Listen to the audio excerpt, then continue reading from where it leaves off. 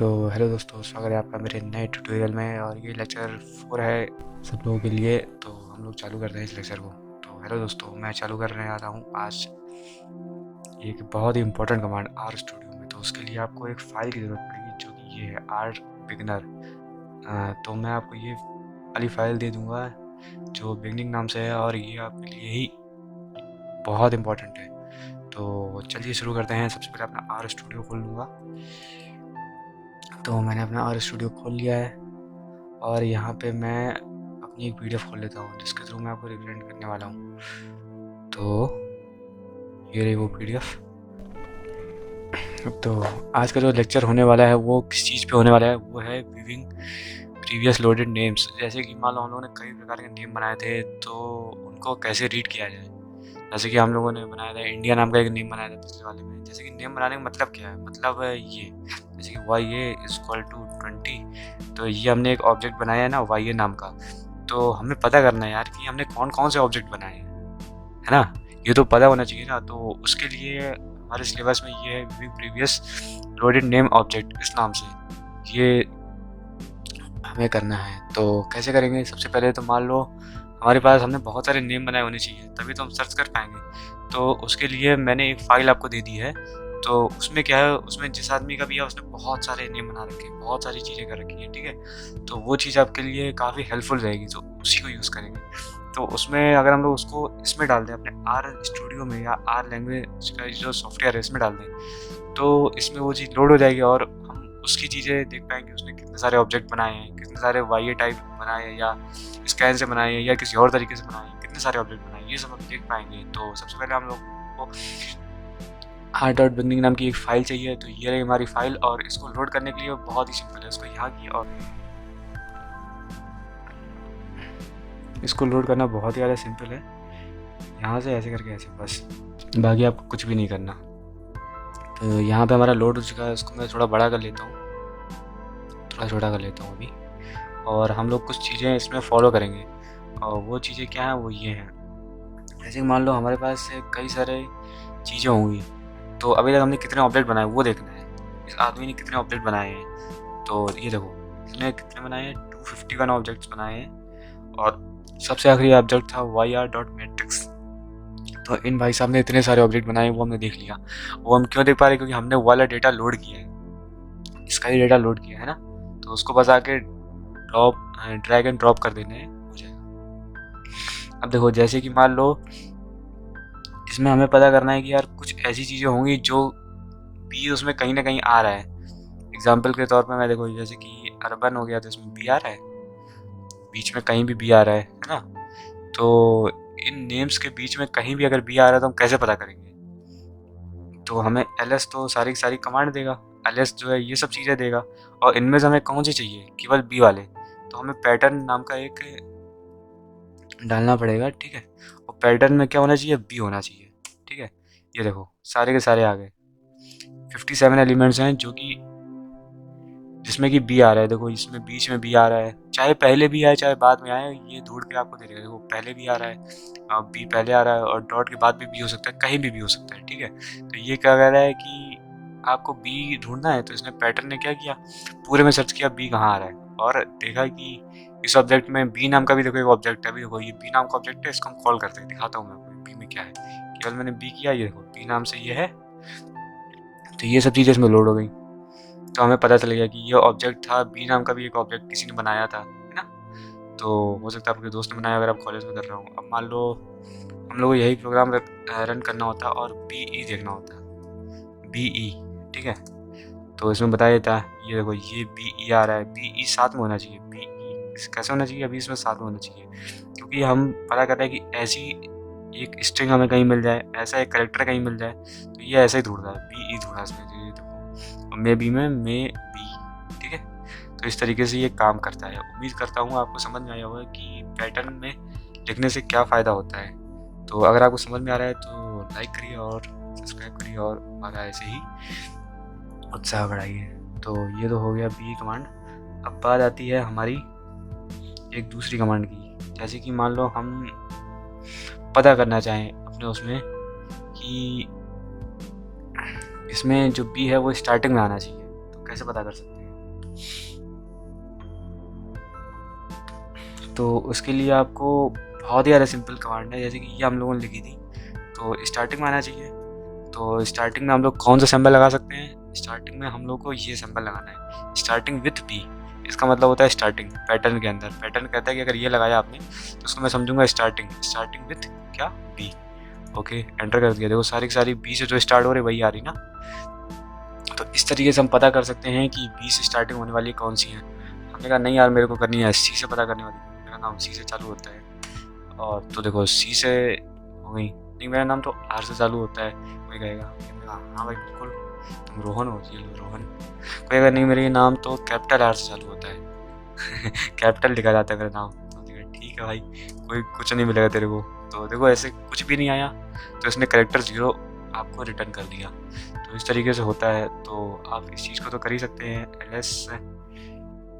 L S pattern B E, और beginning के लिए हम लोगों ने ये लगा दिया, ये सिंपल। इसको आप कुछ भी कह सकते हैं। वैसे तो ये पावर के लिए यूज़ होता है। तो अब मान लो हमें पता करना है कि या तो स्टार्टिंग विद बी है या तो स्टार्टिंग विद ई है। ठीक है, ये इस चीज़ का प्रोग्राम है, ये दिखाता हूँ मैं आपको। इसको मैं यहाँ टाइप कर लेता हूँ। टाइप करने के बाद तो इसने एक ही चीज़ दी, क्योंकि ये बी नाम से एक ही चीज़ थी। तो स्टार्टिंग विद बी ई, मैं थोड़ा गलत बोल गया। देखो इसका मतलब क्या है, इसका मतलब ये है कि स्टार्टिंग विद बी ई नाम से। ठीक है, ये नहीं कि स्टार्टिंग विद बी और starting with E, that's not the way it is performing. ठीक है, तो ये क्या कह रहा है कि ये कह रहा है कि भाई बी ई से स्टार्टिंग होने वाले मैं सारी चीज़ें दे दूंगा आपको। तो ये प्रोग्राम इस तरीके से काम करता है। इसने पैटर्न ढूंढा, विथ स्टार्टिंग विथ हम लोगों ने यहाँ लगाया, और स्टार्टिंग विथ किससे, बी ई से। तो उम्मीद करता हूँ आपको समझ में आ गया होगा।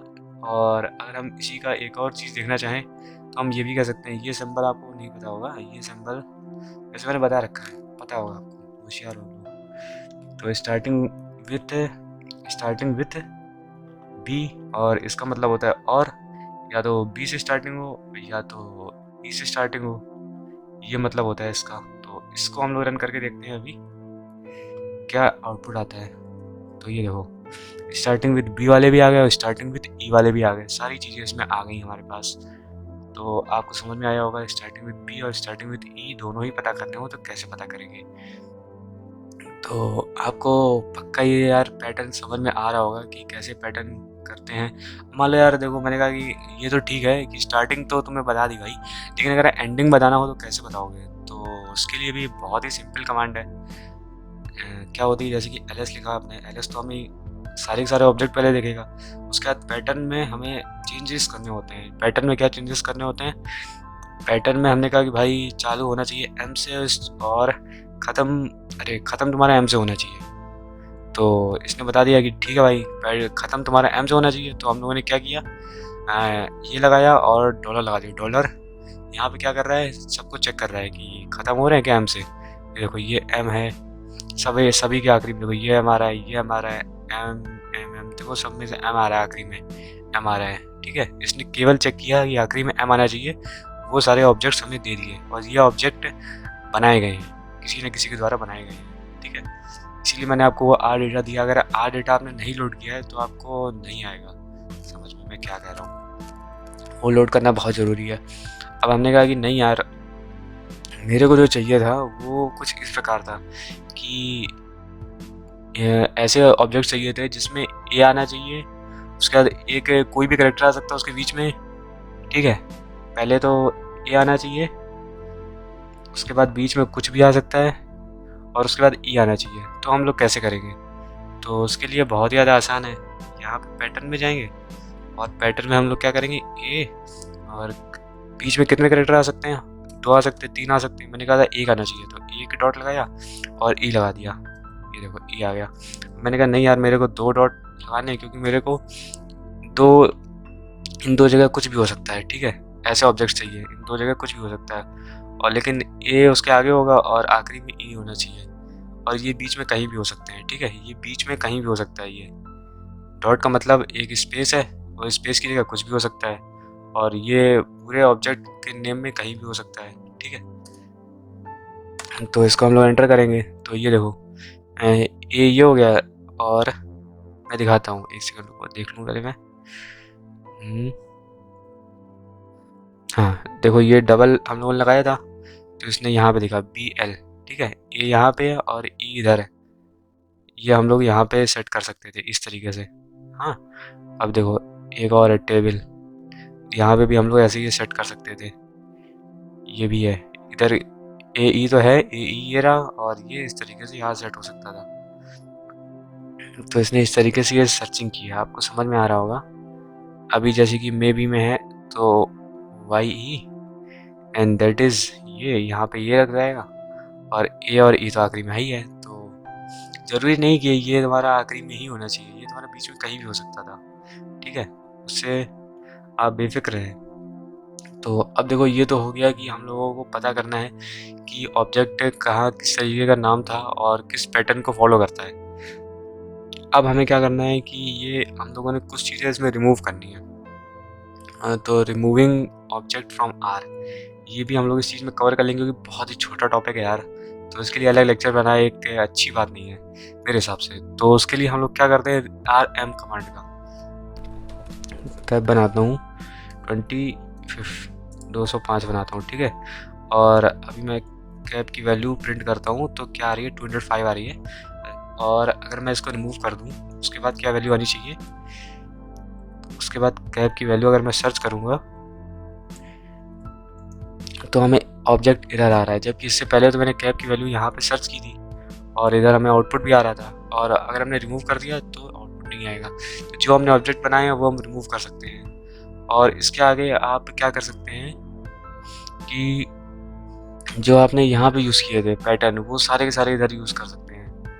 तो आपको उम्मीद करता हूँ समझ में आया होगा और आपको ये चीज़ें ट्राई करनी है। अगर आपको ये चीज़ समझ में नहीं आती है तो मैं आपको आगे वाले लेक्चर में बताऊँगा, लेकिन गारंटेड है तुम्हें समझ में आएगा। ये देखो LS तो मैं बता ही चुका हूँ और पैटर्न ये मैंने बता दिया था।